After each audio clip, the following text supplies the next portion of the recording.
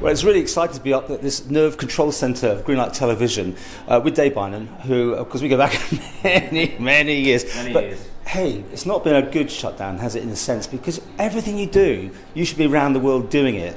And this is what the story is about today, basically. You're here, but you can be elsewhere. Yeah, no, absolutely. I mean, it was a real, obviously, shock to the system towards the end of February when everything was shutting down, and we saw initially in Asia all the events were not happening. So it was quite easy to see what was going to be coming this way, and obviously it arrived in Italy, and then everything's shut down everywhere. And then for a period of probably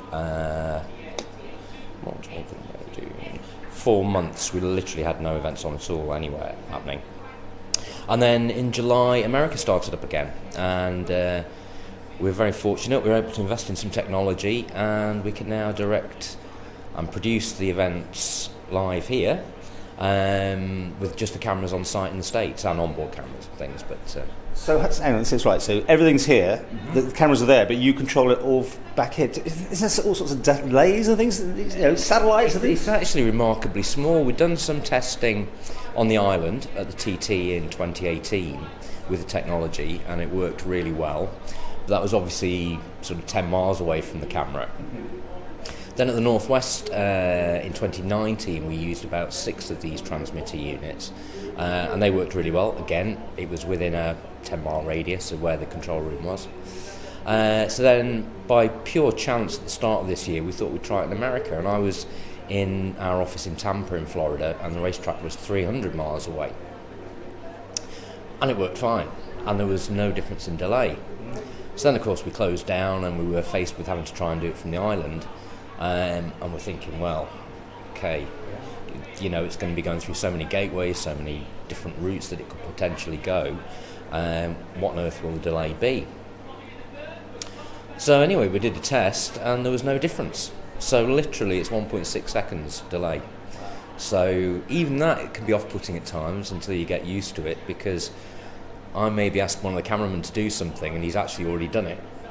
It's like time travel, it really is. So I think they found it a little bit frustrating on the first one, but I soon worked out what was happening. I mean, you touched on TT there. I mean, obviously a massive part of your life, isn't it? And there's motorsport in the UK. So. Yeah, no, absolutely, all over. I mean, it was literally all over the world. So the TT is the one we all missed the most, and obviously with it being here.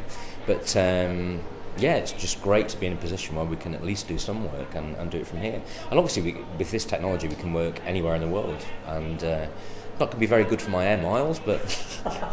Well, you're on set up at the minute, so there's a lot of empty screens, but they'll all be filled up with as the cameras come online. And what is the event you're covering here? On Saturday, you can watch this on Saturday, can you? On one of those satellite... Saturday and Sunday. What channel will it be on? It's streamed, so it's on the website. So the main series is Trans Am, and their website's gotransam.com.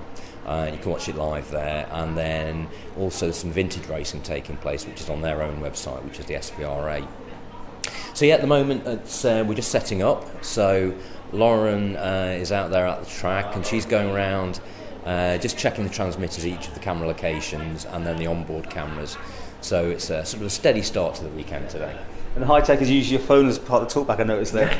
That's just a small issue we've got at the moment, which will be sorted any time now. Basically, it's the incredible sort of digital world we live in. You can do things like this. It's phenomenal, and I mean, we with this talkback system, it's fractions of a second the delay, so it's really clear. And then what we also do, not only getting the camera signals here, is we then have the commentators at the track. So the produced feed I then send back to America, which takes half a second. So we're up to just over 2 seconds to get the finished feed back to the commentators. They then add their voice, and their voice comes back to us, which is another half a second. So it's about 3 seconds in total delay. But it's quite phenomenal, really. It is. Yeah. This is all satellites or something? Is it all fibre or what? It's all mobile phone technology. So, yeah, effectively. We use transmitters, they're called mobile viewpoints, is the manufacturer.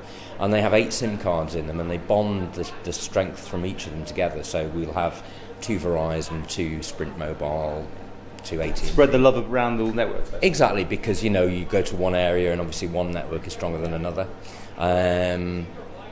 And yeah, basically it produces a bonded bandwidth, which we're bringing signals back at 6 megabytes a second. So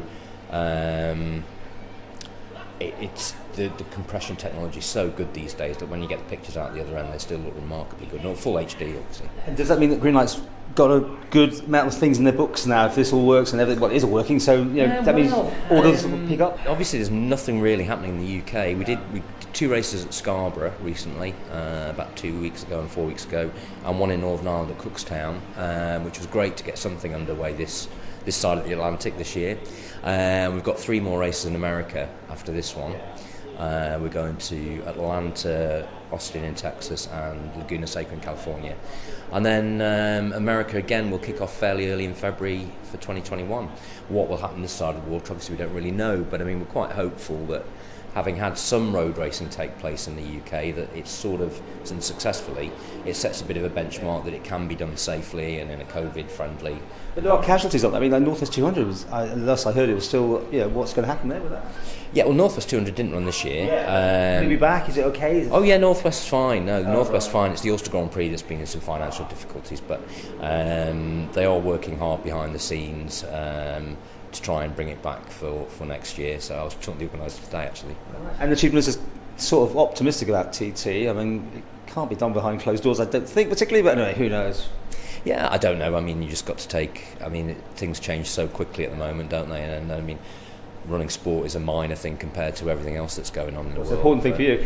What time can they see this tomorrow, by the way, on Isle of Man time? Isle of Man time, good question. So we're starting at 11 a.m. in the morning, which is 4 p.m. in the afternoon here. My brain gets into the American time zone while I'm doing this. So yeah, from 4 p.m. on Saturday afternoon through to about 11 o'clock on Saturday evening, and then on Sunday we'll be a little bit earlier. We'll be from about 2 p.m. through to about 11 p.m. So a couple of long days.